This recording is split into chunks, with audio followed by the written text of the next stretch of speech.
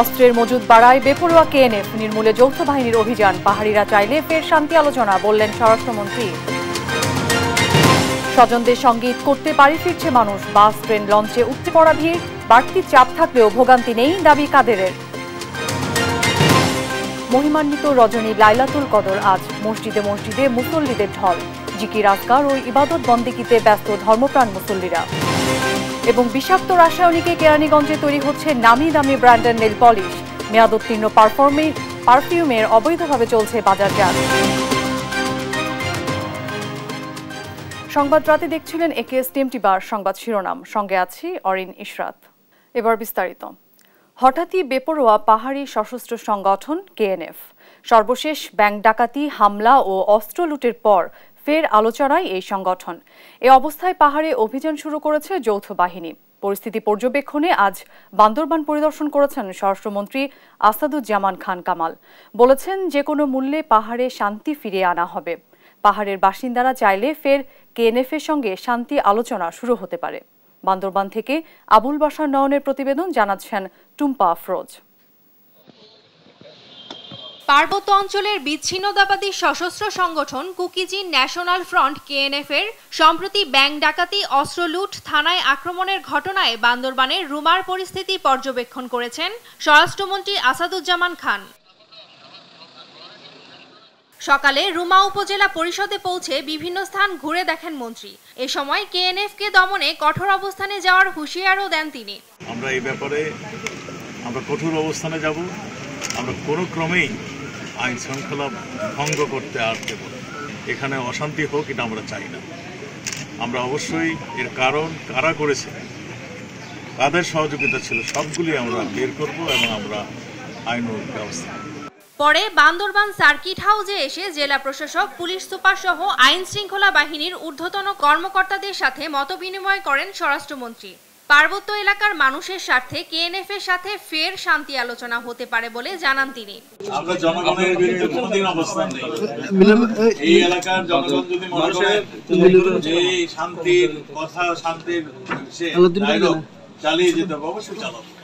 এদিকে চট্টগ্রামে এক অনুষ্ঠানে পররাষ্ট্রমন্ত্রী ডক্টর হাসান মাহমুদ বলেন, পাশের দেশ থেকে অস্ত্রের যোগান পাচ্ছে কেএনএফ, আর সেই অস্ত্র দিয়ে আইন শৃঙ্খলা বাহিনীর ওপর হামলা চালাচ্ছে তারা। পার্শ্ববর্তী দেশের সন্ত্রাসী কর্মকাণ্ড ইতিমধ্যে যারা ঘটিয়েছিল, তাদের অস্ত্রশস্ত্র তাদের কাছে এসছে বলে জানা গেছে। সুতরাং তাদের বিরুদ্ধে সারাশি অভিযান শুরু হয়েছে এবং তাদেরকে নির্মূল করতে আমরা বদ্ধপরিকর।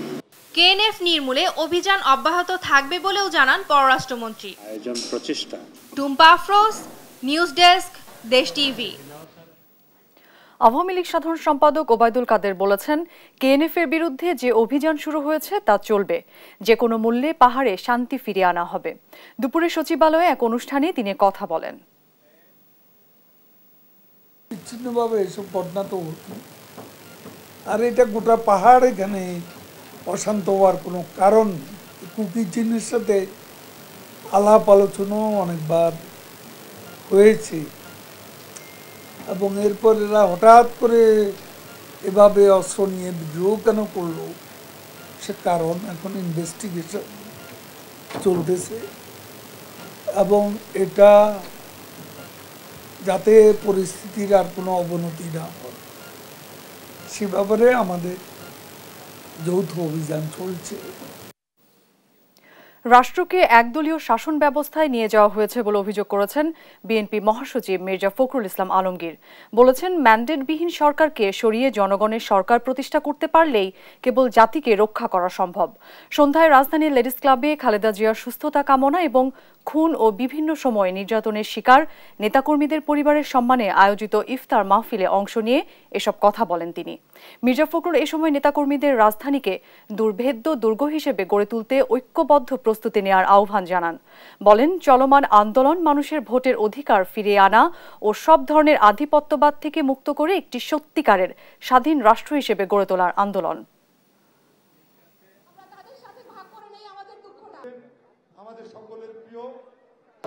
অর্থনীতি ধ্বংস করে ফেলা হচ্ছে, বিচার ব্যবস্থাকে দলীয়করণ করা হয়েছে। এক কথায় এই রাষ্ট্রকে সম্পূর্ণভাবে এক দলীয় শাসন ব্যবস্থায় নিয়ে গেল। তখনই আমরা জাতিকে রক্ষা করতে পারবো যখন আজকে যারা জাতির সবচেয়ে ক্ষতি করছে এই জনসমর্থনহীন, একেবারে ম্যান্ডেটবিহীন, যারা জোর করে বসে আছে ক্ষমতায়, একটি দখলদারি সরকারকে সরিয়ে দিয়ে জনগণের যে সরকার তাকে আমরা প্রতিষ্ঠা করতে সক্ষম হব। এবার ঈদযাত্রার খবর। প্রিয়জনের সঙ্গে ঈদ আনন্দ ভাগাভাগি করে নিতে রাজধানী ছাড়ছে মানুষ। ঈদের 4 দিন বাকি থাকতে বাস, ট্রেন ও লঞ্চে যাত্রীদের চাপ বেড়েছে। ঈদযাত্রার চতুর্থ দিনে কমলাপুর থেকে বিভিন্ন গন্তব্যে ছেড়ে যাচ্ছে 68 জোড়া ট্রেন। আছে স্পেশাল 2টি ট্রেনও। সদরঘাট থেকে দক্ষিণাঞ্চল সহ বিভিন্ন রুটে সন্ধ্যা পর্যন্ত ছেড়েছে শতাধিক লঞ্চ। অবশ্য দূরপাল্লার বাসে অতিরিক্ত ভাড়া আদায়ের অভিযোগ করেছেন যাত্রীরা। সহকর্মী নিয়াজ মোর্শেদ ও ফজলে আদিত্যকে সঙ্গে নিয়ে আরও জানাচ্ছেন নাফিয়া ফারজানা। প্রিয়জনের সঙ্গে ঈদ আনন্দ ভাগাভাগি করে নিতে রাজধানী ছাড়ছে মানুষ।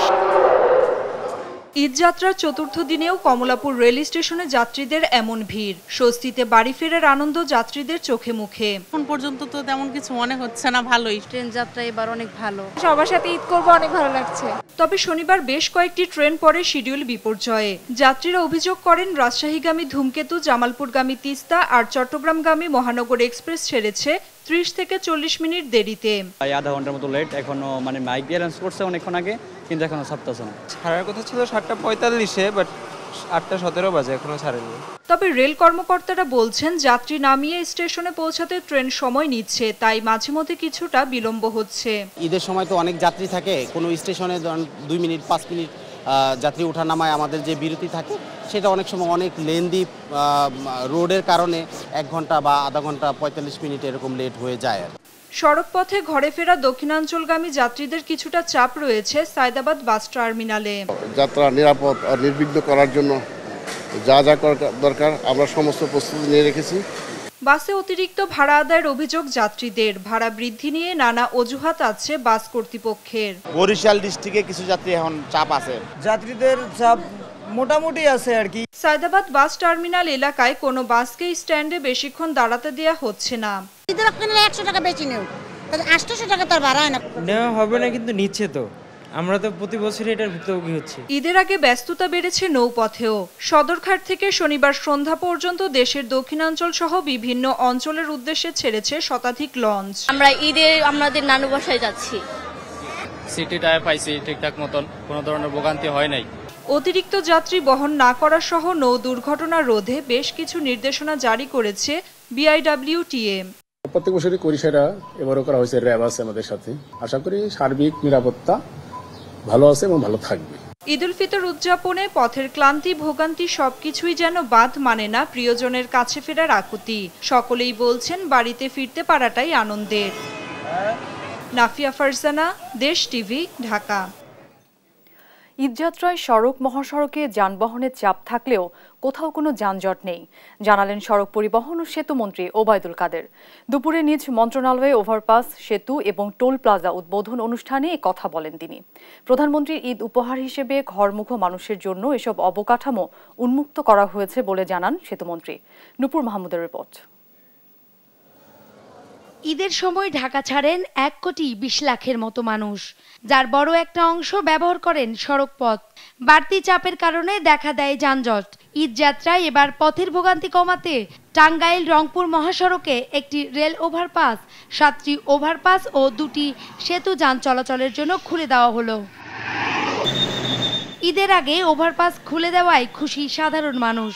4 লেনের কারণে ব্যাপক উন্নত হচ্ছে এবং এই এরিয়াতে আর কোনো জাম দেখা যাচ্ছে না। এই 4 লেন হওয়ার কারণে এখন যানজট অনেক কম। ঈদের আগে এই 5 ওভারব্রিজটা ছাড়ার কারণে অনেক সুবিধা হয়েছে। নিজ মন্ত্রণালয় থেকে ভার্চুয়ালি যুক্ত হয়ে এসব অবকাঠামো উদ্বোধন করেন সড়ক পরিবহন ও সেতু মন্ত্রী ওবায়দুল কাদের। জানান, প্রধানমন্ত্রীর ঈদ উপহার হিসেবে ঘরমুখী মানুষের জন্য এসব অবকাঠামো খুলে দেওয়া হয়েছে। এতে চলাচল আরো সহজ হবে। যে পয়েন্টটা সবচেয়ে ভয়াবহ, সে পয়েন্টে গত ঈদেও কোনো যানজট হয়নি এবং এবারও গাজীপুরে আমরা 7টা ফ্লাইওভার কয়েকদিন আগে উন্মুক্ত করে দিয়েছি। এটাও আমরা ঈদকে সামনে রেখে ঘরমুখো যাত্রীদের জন্য আমাদের এই কার্যক্রম, এটা যাত্রীদের জন্য মাননীয় প্রধানমন্ত্রীর ঈদ উপহার হিসেবে উন্মুক্তকরণ করছে। মহাসড়কে রাস্তায় গাড়ির চাপ থাকলেও যানজট নেই বলেও জানান তিনি। গাড়ির চাপ আছে, কিন্তু এবার যানজট হবে না। ওভারপাস ছাড়াও ঢাকা চট্টগ্রাম মহাসড়কের টোল প্লাজায় সব লেনে ইলেকট্রনিক টোল কালেকশন কার্যক্রম ও মেঘনা সেতু টোল প্লাজা 2 উদ্বোধন করেন সড়ক পরিবহন ও সেতু মন্ত্রী। নুপুর মাহমুদ, দেশ টিভি, ঢাকা। আজ পবিত্র লাইলাতুল কদর, মুসলমানদের কাছে অত্যন্ত মহিমান্বিত রজনী। হাজার মাসের চেয়ে শ্রেষ্ঠ এ রাতে ইবাদত বন্দেগী ও জিকির আজকারের মাধ্যমে অতিবাহিত করছেন ধর্মপ্রাণ মুসলমানরা। শবে কদরের রাতে পবিত্র কোরআন অবতীর্ণ হয়েছে। এই রাতে মানবজাতির ভাগ্য পুনর্নির্ধারণ করা হয়, তাই মুসলমানদের কাছে এ রাত অতীব পুণ্যময় ও মহিমান্বিত। পবিত্র কোরআনে উল্লেখ আছে, অন্য সময়ে 1000 মাস ইবাদতের যে সোয়াব, কদরের রাতের ইবাদতে তার চেয়ে বেশি সোয়াব পাওয়া যায়। পবিত্র এই রাতে কবরস্থানে গিয়ে স্বজনদের আত্মার মাগফিরাত কামনা করে দোয়া করেন অনেকে।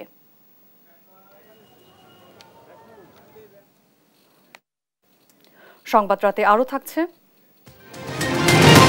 উচ্চ পর্যায়ে প্রতিনিধি দল নিয়ে ঢাকা আসছেন ব্রাজিলের পররাষ্ট্রমন্ত্রী। দ্বিপাক্ষিক ইস্যুতে কাজের সুযোগ দেখছেন বিশেষজ্ঞরা। বিদেশি ব্র্যান্ড দেখে নেল পলিশ ব্যবহার করছেন, ভাবছেন আসল?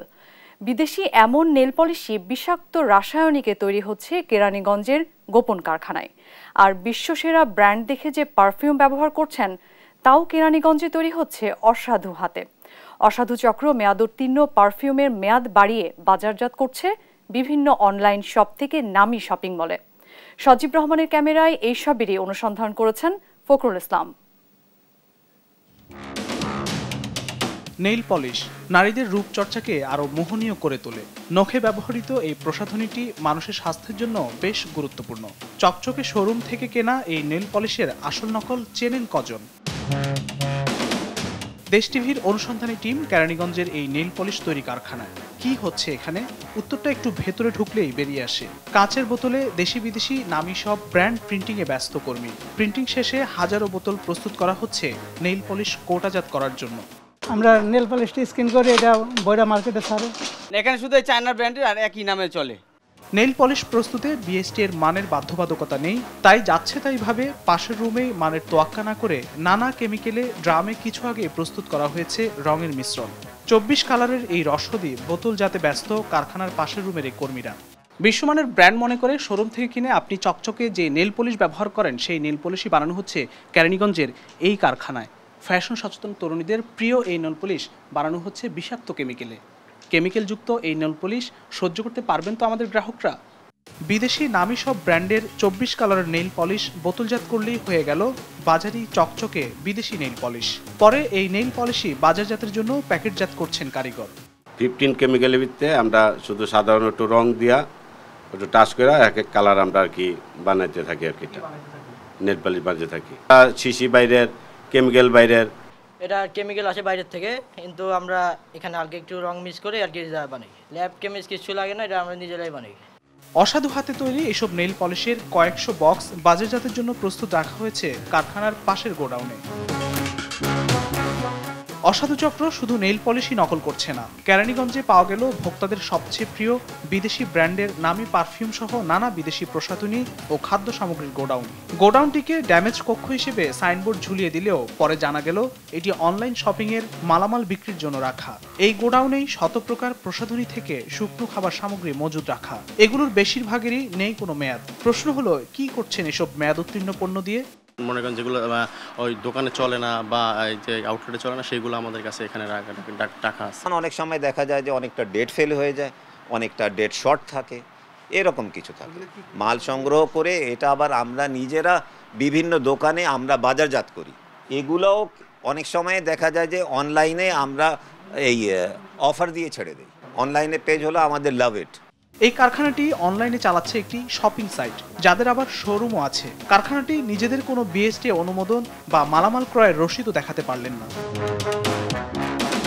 নকল ভেজালের এমন মহোৎসবে ভোক্তা যখন অসহায় তখন নির্বিকার কর্তৃপক্ষ। লেড অক্সাইড, ক্রোমিয়াম অক্সাইড, তো এগুলা যদি আপনার এখানে মানে নখের মাধ্যমে যদি অ্যাবজর্ব হয় এবং আলটিমেটলি কী হচ্ছে, যেটা সবচেয়ে বেশি ক্ষতিকারক হচ্ছে সেটা আইকিউ নষ্ট করে দেয়, ব্রেনে অ্যাটাক করে আর কি। বছরের পর বছর ধরে নকল ভেজালের এই আগ্রাসন থেকে বাঁচতে ভোক্তা ও কর্তৃপক্ষ সবাইকে সচেতন হওয়ার আহ্বান বিশেষজ্ঞদের। ফখরুল ইসলাম, দেশ টিভি, ঢাকা। প্রথমবারের মতো উচ্চ পর্যায়ে প্রতিনিধি দল নিয়ে ঢাকা আসছেন ব্রাজিলের পররাষ্ট্রমন্ত্রী মাউরো ভিয়েরা। 2 দিনের সফরে কারিগরি সহযোগিতা চুক্তিসহ ক্রীড়া, কৃষি ও সামরিক সহযোগিতা 3টি সমঝোতার স্মারক স্বাক্ষর হওয়ার কথা রয়েছে। বিশ্লেষকরা বলছেন, সফরকে গুরুত্বের সঙ্গে বিবেচনা করে নতুন নতুন সম্ভাবনাময় খাত নিয়ে 2 দেশের একসঙ্গে কাজের সুযোগ রয়েছে। আজিজুর রহমান কিরণের রিপোর্ট। দক্ষিণ আমেরিকার দেশ ব্রাজিল বিশ্ব অর্থনীতিতে যার অবস্থান নয়ে, প্রথমবারের মতো 24 সদস্যের একটি বড় প্রতিনিধি দল নিয়ে রোববার বাংলাদেশে আসছেন দেশটির পররাষ্ট্রমন্ত্রী মাউরো ভিয়েরা। এই সফরকে অত্যন্ত গুরুত্বের সঙ্গে বিবেচনা করে এরই মধ্যে প্রস্তুতি নিয়েছে বাংলাদেশ। বাংলাদেশের সঙ্গে দেশটির কৃষি ও খাদ্যশস্য আমদানি নির্ভর বাণিজ্য বর্তমানে $2.3 মিলিয়ন পৌঁছেছে। 2 দিনের সফরের প্রধানমন্ত্রী শেখ হাসিনার সঙ্গে বৈঠক ছাড়াও বাণিজ্য সহযোগিতা, কৃষি ও ক্রীড়া বিষয়ক বেশ কয়েকটি বিষয়ে একসঙ্গে কাজ করার লক্ষ্যে চুক্তি ও সমঝোতা স্মারক হওয়ার কথা রয়েছে। এই সফরকে ইতিবাচক হিসেবে দেখছেন বিশ্লেষকরা।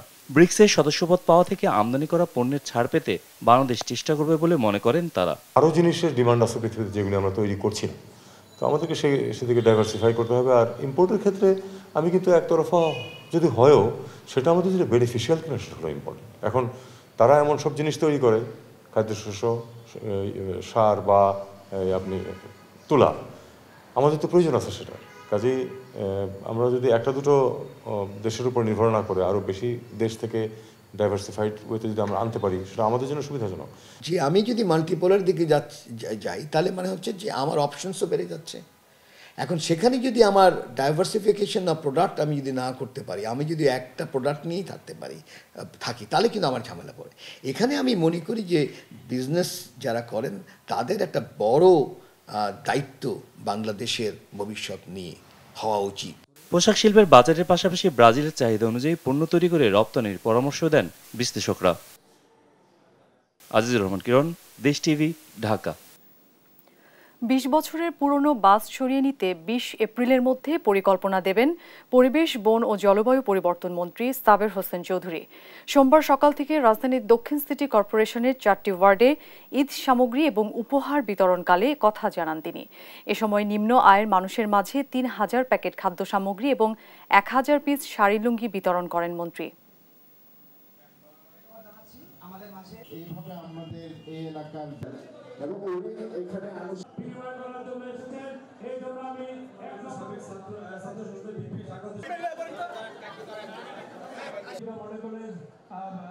পনেরোশো পরিবারের জন্য আমরা আজকে এই ঈদ উপলক্ষে খাদ্য সামগ্রী আয়োজন করেছি। এক একটা পরিবারে যদি 5 জন করে থাকে, সেটা হচ্ছে শুধু আমাদের এই ওয়ার্ডে 7,500 মানুষ। এবং আমি হিসাব করছিলাম আমাদের ঢাকা 9 নির্বাচনী এলাকায় 12টি ওয়ার্ডে আমরা ইতিমধ্যে এই ধরনের কর্মসূচি ঈদের আগে আমরা শেষ করব। সংবাদ রাতে আরো থাকছে। এনআইডি প্রতারণার মাধ্যমে 30 কোটি টাকা ঋণ জালিয়াতি, 4 জনকে আটক করেছে ডিবি, জড়িত নির্বাচন কমিশনের কর্মকর্তাও। এবার জানাবো বিকাশের সৌজন্যে ঈদ কেনাকাটার খবর।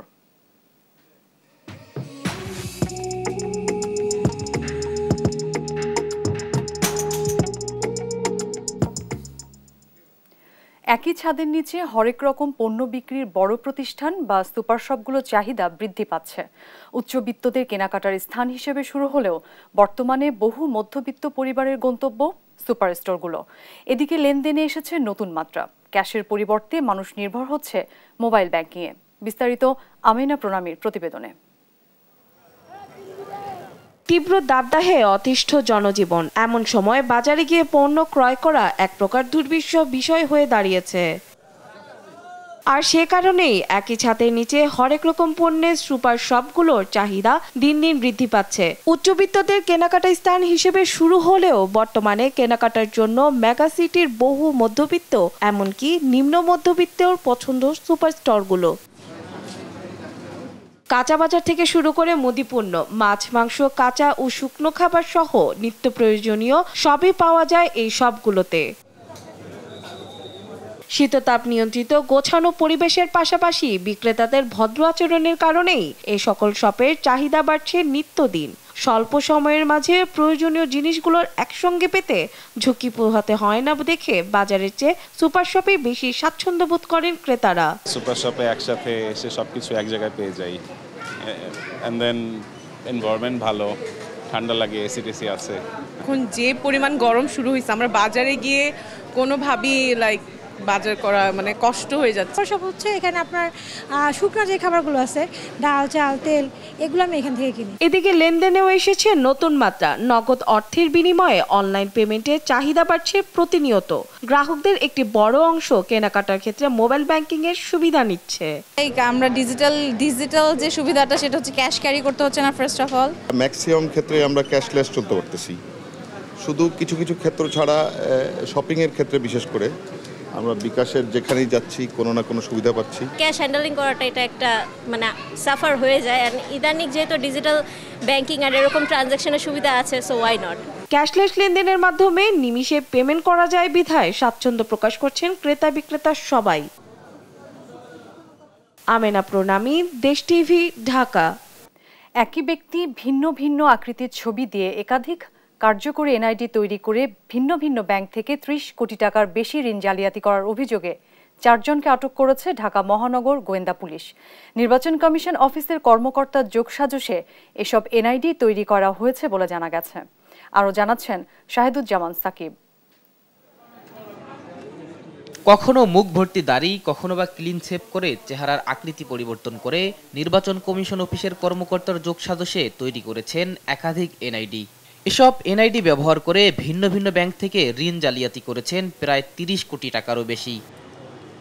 শনিবার দুপুরে মিন্টু রোডে নিজ কার্যালয়ে সংবাদ সম্মেলনে চক্রের মূল হোতা জয়নাল আবেদিন সহ ৪ জনকে আটক করার কথা জানান ঢাকা মহানগর পুলিশের অতিরিক্ত কমিশনার হারুনুর রশিদ। তবে তার সমস্ত কাগজ হচ্ছে ভুয়া, সে তার কোনো প্রতিষ্ঠান নেই, সে তার 60টা প্রতিষ্ঠান বানিয়ে রেখেছেন। তার মাত্র একটা এনআইডি থাকার কথা, তার 10টা এনআইডি রয়েছে, এ কার্যকরী এনআইডি, এবং তার একটা সম্পত্তিকে 10টা সম্পত্তি বানিয়ে 10 ব্যাংকে সে মর্গেজ দিয়ে রেখেছে। এগুলি সবকিছু আমরা তদন্ত করে বের করব।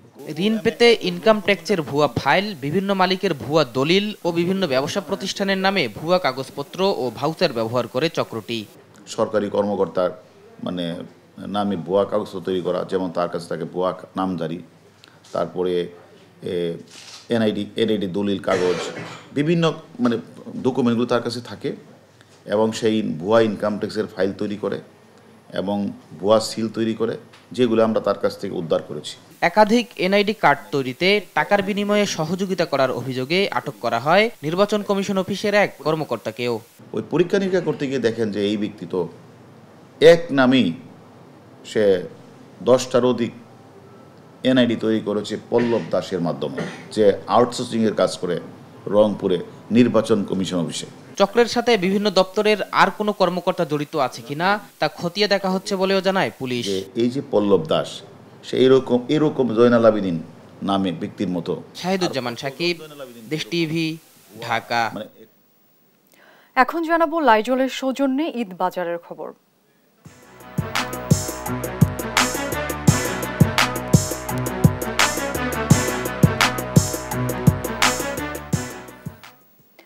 ঈদ যতই ঘনিয়ে আসছে ততই জয়পুরহাটে জমে উঠেছে কেনাকাটা। শহরের বিভিন্ন মার্কেট, শোরুমে এখন ক্রেতাদের উপচে পড়া ভিড়। এবার দেশীয় কাপড়ের পাশাপাশি বিদেশি কাপড়ের চাহিদাও রয়েছে ব্যাপক। জয়পুরহাট প্রতিনিধি রেজাউল করিম রেজার তথ্যচিত্রে সালমা জাহানের ডেস্ক রিপোর্ট। আসন্ন ঈদ উল ফিতর সামনে রেখে পোশাক বেচা কেনা ধুম পড়েছে জয়পুরহাটে। ক্রেতা আকৃষ্ট করতে হরেক রকম কাপড়ের পসরা সাজিয়েছেন দোকানিরা।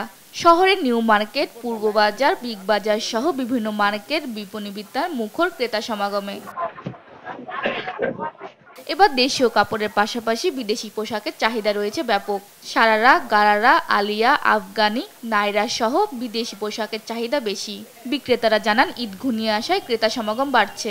এবারে বেশি কালেকশন চলতেছে হলো আফগান, তারপর হলো নাইরা, তারপর হলো বেবি সেট, পার্টি সেট, এসব বেশি চলতেছে মোটামুটি। যে ড্রেসগুলো আনলাম আমরা আশা আছি এই ড্রেসগুলোর কারণে আমাদের এখানে যথেষ্ট পরিমাণ কাস্টমার আসবে। আগের থেকে কাস্টমারও বেশি আসছে, দিন দিন কাস্টমার বাড়তেছে। ইনশাআল্লাহ আমরা আশায় আছি আরো কাস্টমার হবে। তারা এসে কেনাকাটা করছে, মোটামুটি আলহামদুলিল্লাহ ভালো সেল হচ্ছে। আশা করা যায় আরো ভালো সেল হবে।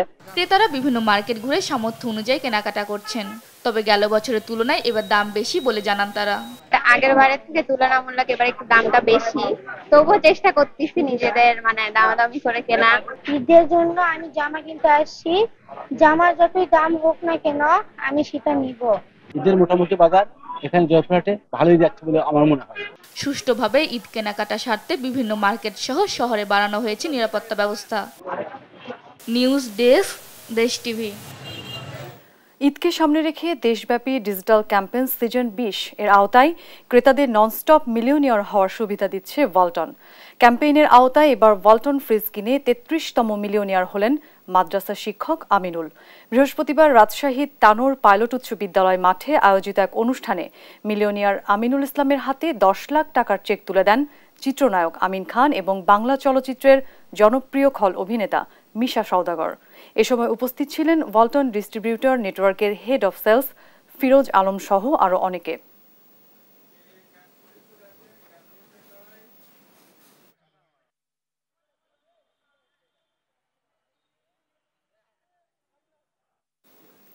এবার খেলার সংবাদ। বাংলাদেশ প্রিমিয়ার লিগ ফুটবলে শেখ রাসেল ক্রীড়া চক্রকে হারিয়েছে মোহামেডান স্পোর্টিং ক্লাব। অন্য ম্যাচে বাংলাদেশ পুলিশের সঙ্গে ড্র করেছে শেখ জামাল ধানমন্ডি ক্লাব। বসুন্ধরা কিংস অ্যারেনায় শেখ রাসেলকে 3-1 গোলে হারিয়েছে মোহামেডান। 37 মিনিটে সুলেমান দিয়াবাতের পেনাল্টি গোলে এগিয়ে যায় মোহামেডান। আর প্রথমার্ধে যোগ করার সময়ে বালা বানোভিচের গোলে সমতায় ফেরে শেখ রাসেল। বিরতির পর 72 মিনিটে মুজাফফরভ এবং 77 মিনিটে জাফর ইকবালের গোলে জয় নিয়ে মাঠ ছাড়ে আলফাজ শিষ্যরা। অন্য ম্যাচে শেখ ফজলুল হক মনি স্টেডিয়ামে বাংলাদেশ পুলিশের সঙ্গে 2-2 গোলে ড্র করেছে শেখ জামাল। পুলিশের হয়ে গোল করেছেন জেমিনেজ এবং আল আমিন, আর শেখ জামালের হয়ে জোড়া গোল করেছেন আবৌ তুরে।